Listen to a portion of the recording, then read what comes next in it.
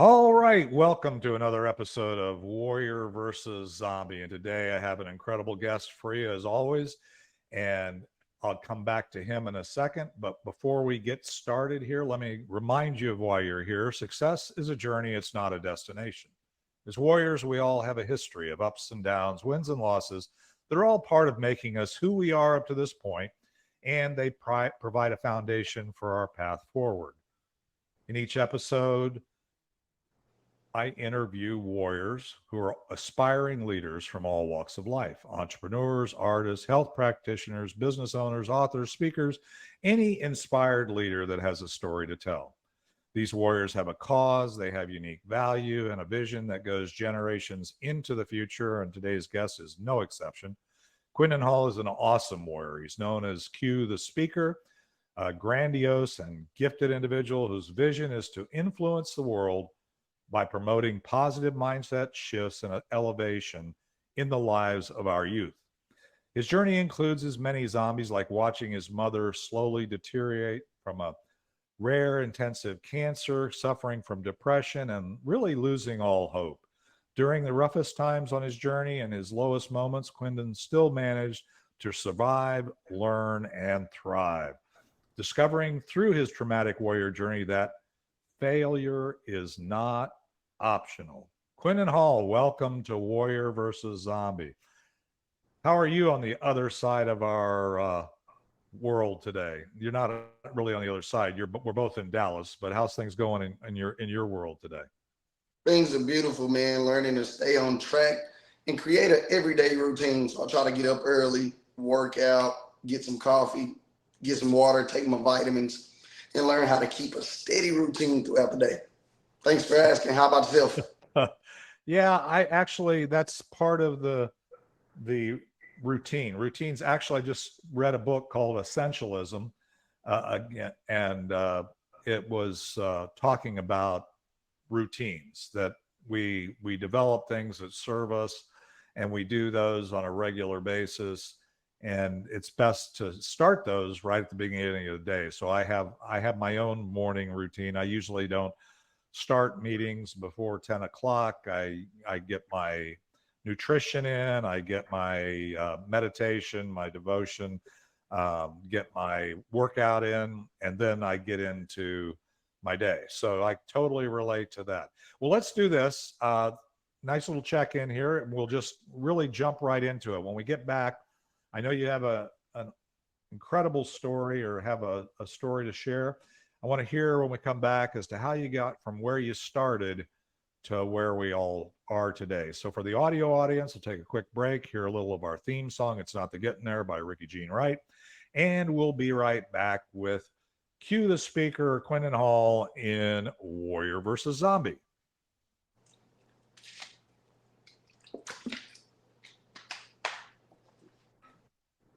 All right, Quindon, good check in. Let's go. So I said when we got started, how did you get from where you started? And you get to define where you start. So that can be at birth, or it can be whatever makes the most sense. But where you got started to where you are today. Well, I started off in a single parent household. It was me, my mother, and my sister. And we grew up, wasn't in the best neighborhood. We ended up moving to Mesquite. And from there, I got in a lot of trouble. So my mom, she did an amazing job as a parent. Let me start by saying that. But she was a single parent.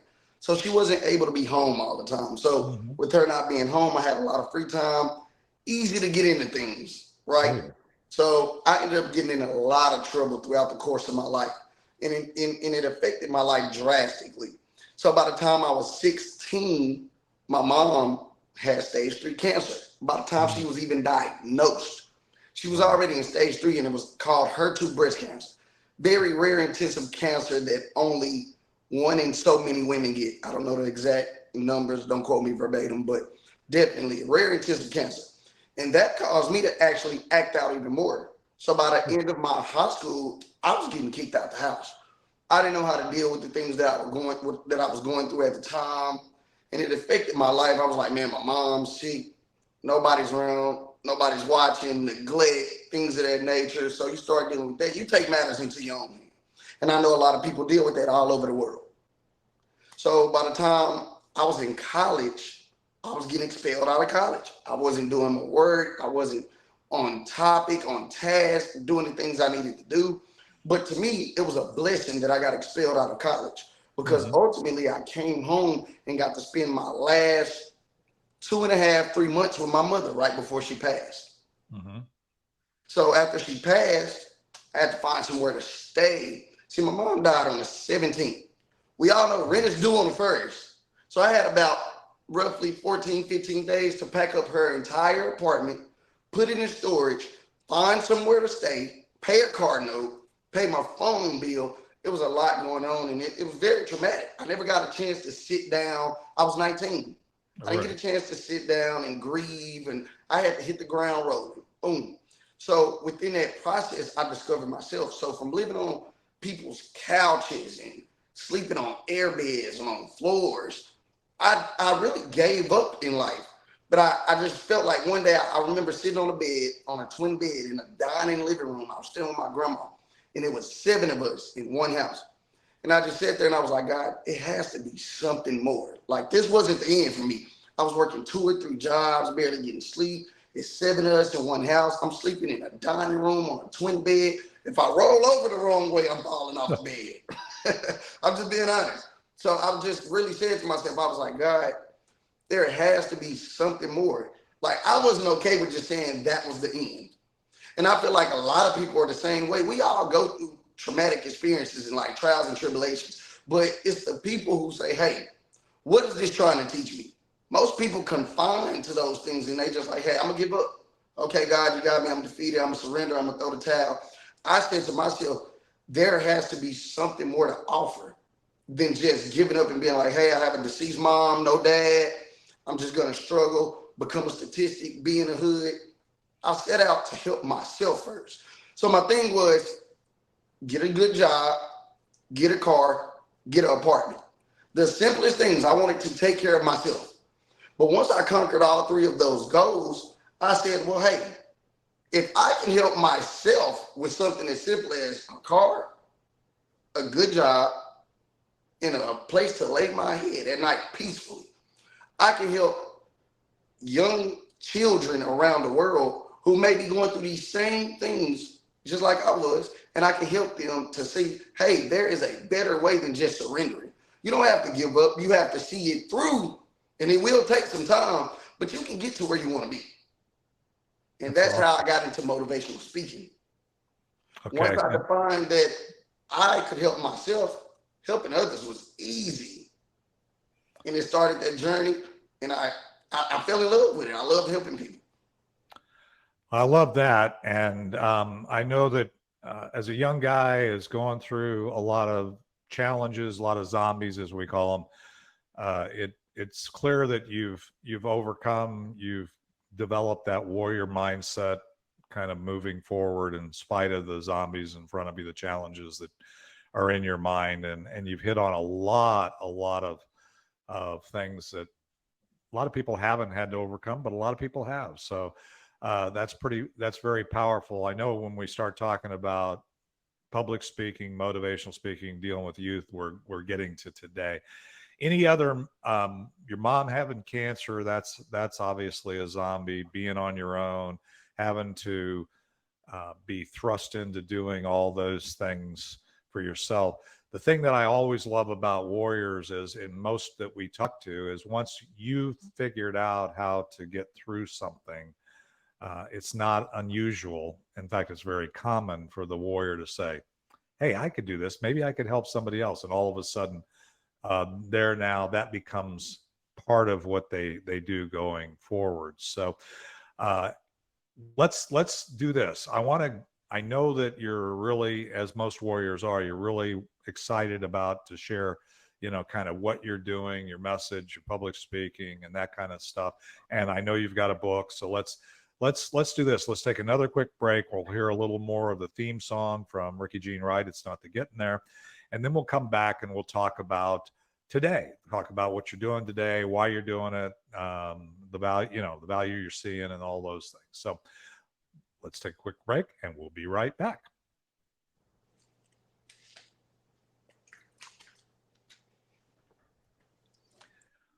All right, Quindon.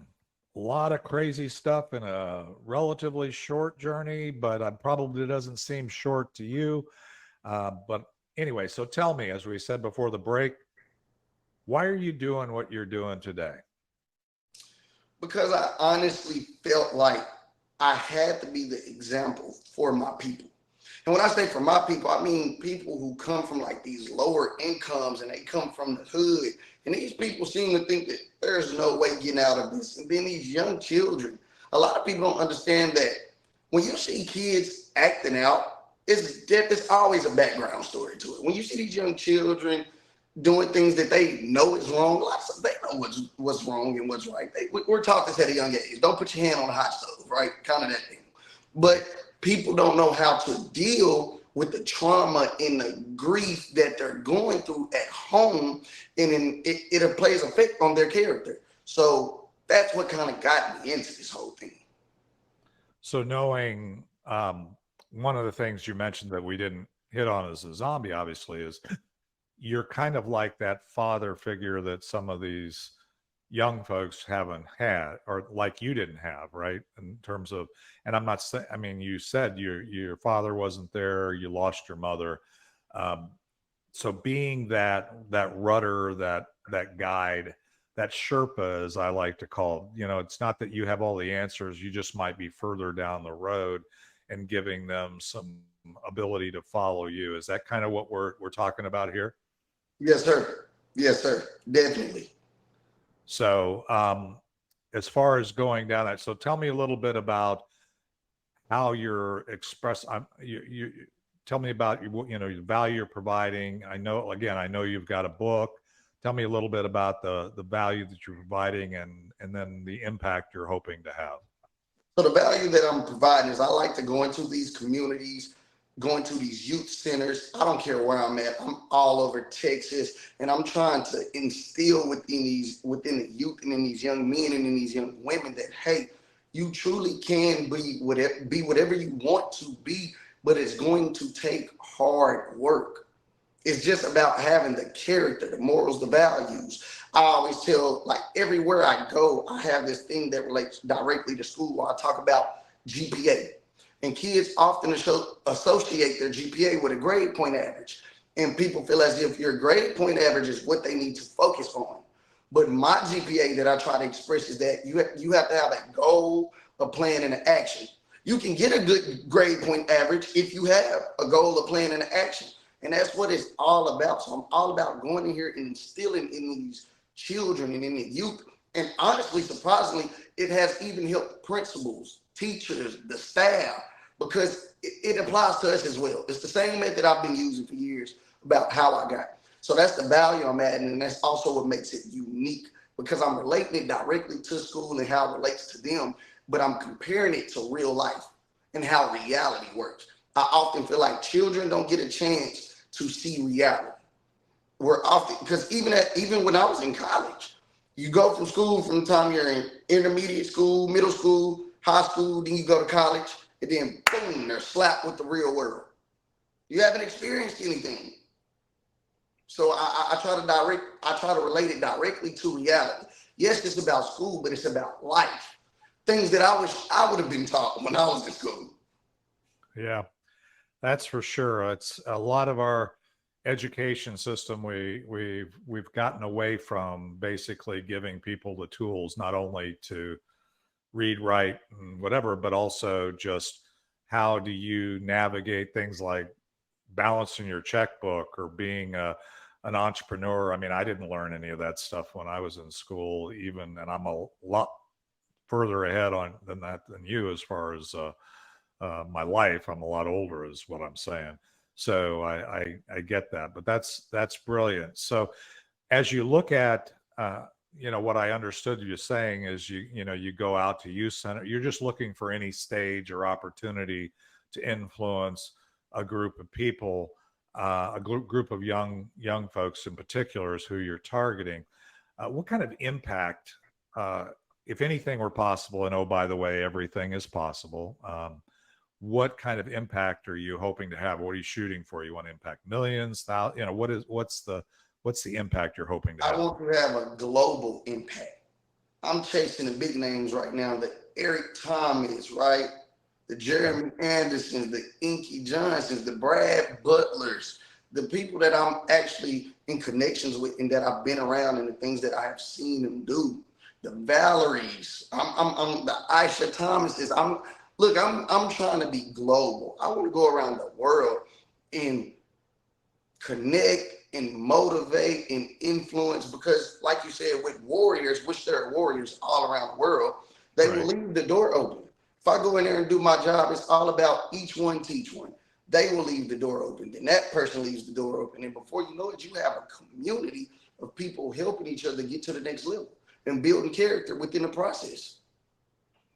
Well, for sure you can impact millions. Part of it is, one of the reasons why I do networking, and I have a, podcast and a show, and you have your book, is people can take that, and I like the each one teach one. I mean, somebody, my unique vision or my unique purpose is to change the world one dream at a time. And you say, how can you change the world one dream at a time? Well, essentially, if I get clarity, help you get clarity on your dream or your vision, and then you get that, and then you're going to impact X number of people, and they're going to impact next. So you can literally change the world in that way. A lot of people say that. Tell me about your book. How did that come about? Going back to when my mom had just passed away, when I was in the situation of being like, this can't be it. There's something more to life. So I started this journey, like I said, about helping people. And what I noticed was that there was not enough time to describe everything I wanted to put in words. Mm-hmm. You'll be talking for days, weeks, months, years before you can get everything out. So I asked my grandma one day, like, hey, what's the process of writing a book?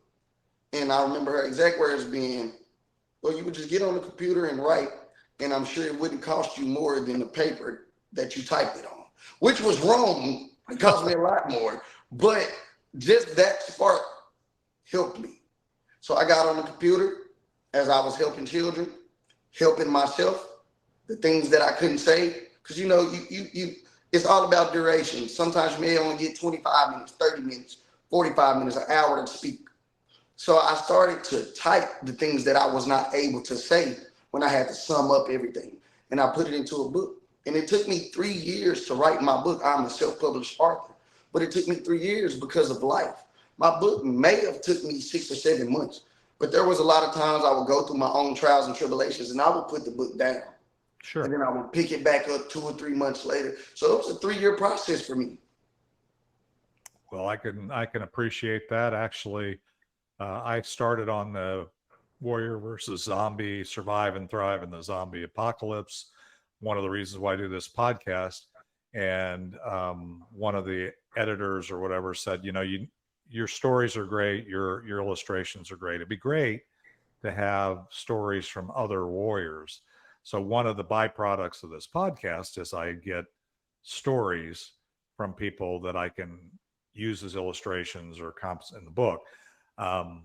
Then the zombie apocalypse hit, and all of a sudden the real, zombie apocalypse, which now that's my term for COVID, is that it changed everything. And you saw all kinds of people moving in mass and in the wrong direction on a lot of things.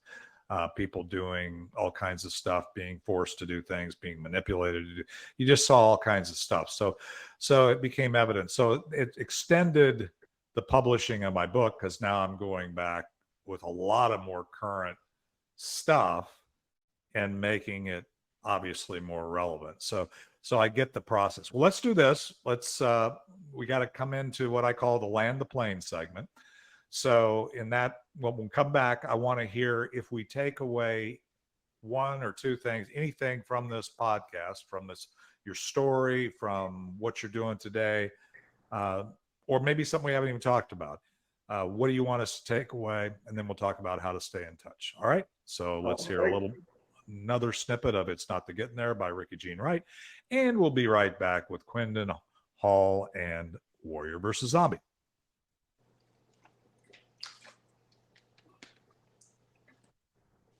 All right. Okay, Quindon, we are back. And as I said before the break, if we take away anything from this discussion, what do you want to make sure we take away? Man, that's a great question. I'm glad you asked that because I often have this beautiful script that I've wrote up. But as I've continued this journey through life, what I've started to notice is that life owes you.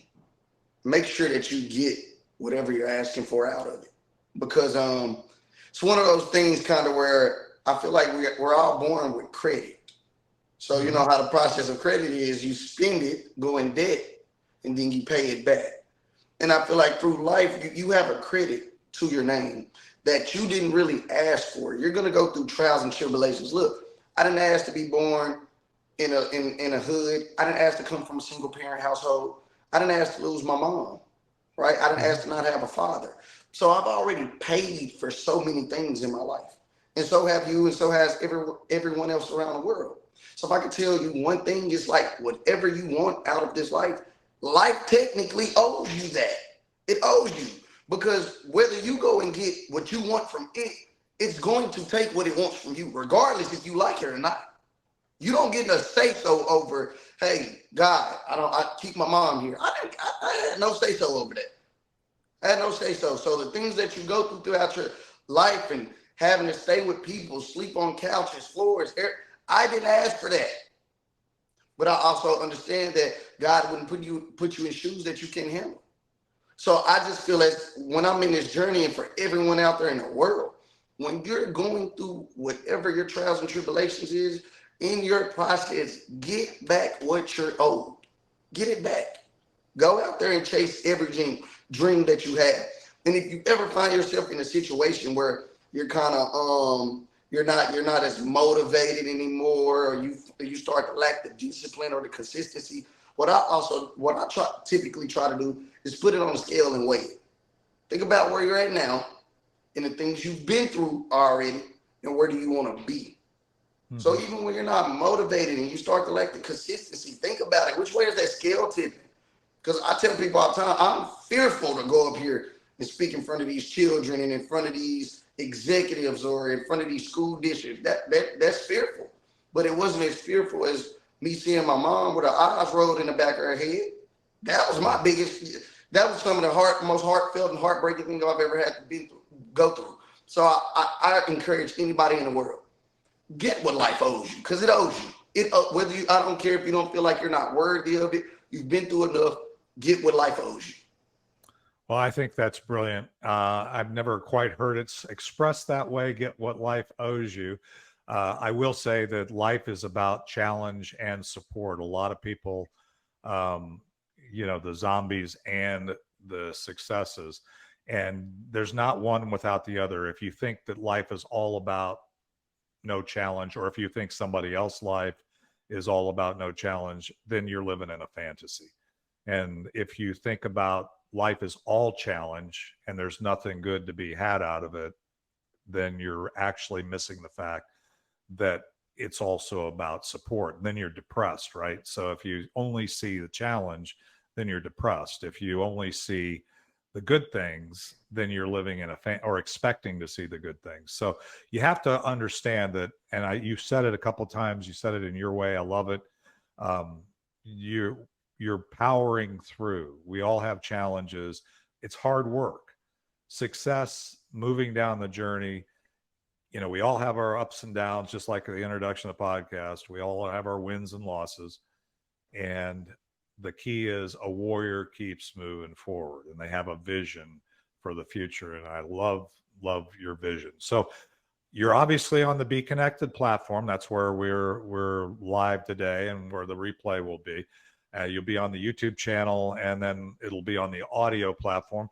But how do we stay in touch with you, Quindon? If we want to follow up with you, if the listener wants to, hey, I'd like to have him come speak to my school or my community or whatever, how do we stay in touch? If y'all could just do me one favor and go to QTheSpeaker, all is one word.com. At QTheSpeaker.com, you have everything you need on there. It's the place where you can book me. It has all my social medias. You can even buy the book from there. QTheSpeaker.com is the funnel for everything you need to know about Quindon Hall. QTheSpeaker. It's a funnel. It's a funnel. Perfect. So QTheSpeaker.com. Yes, So sir. just like it sounds, all one word. That's beautiful. All right. Well, Quindon, thank you for joining us here, and I'm looking forward to the journey here, especially getting you onto this platform. We'll be able to introduce you to a lot of people with very large audiences and so on. So Lord only knows how things will go, but the key is you're moving down the path, you're on the journey, and I love it. So thank you very much. Thank you for having me. I appreciate you, Mr. Dave. All right, brother. Well, I think we're going to have to land the plane for this episode. And again, for those that are regular, we'll be back next week with another episode and another warrior.